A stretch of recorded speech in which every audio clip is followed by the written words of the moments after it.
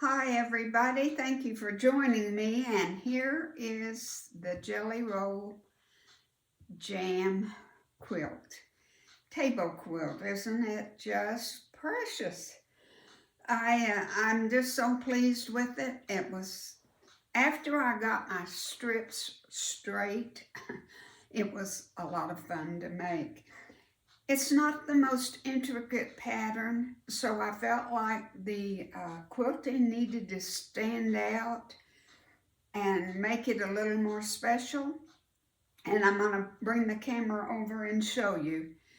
I did my my binding variegated. I just took different strips and used them around.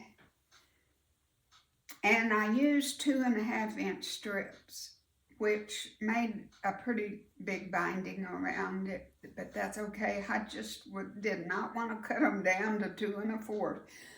So that's what I used. But I hope you'll make one. Use Christmas colors and make you a little table quilt for Christmas. You'll have fun and it'll be so special. All right, let's have a close-up look at what we got.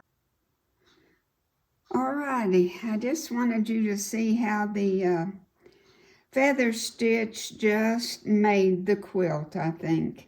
And if you'll look on my binding, I did it on the binding too.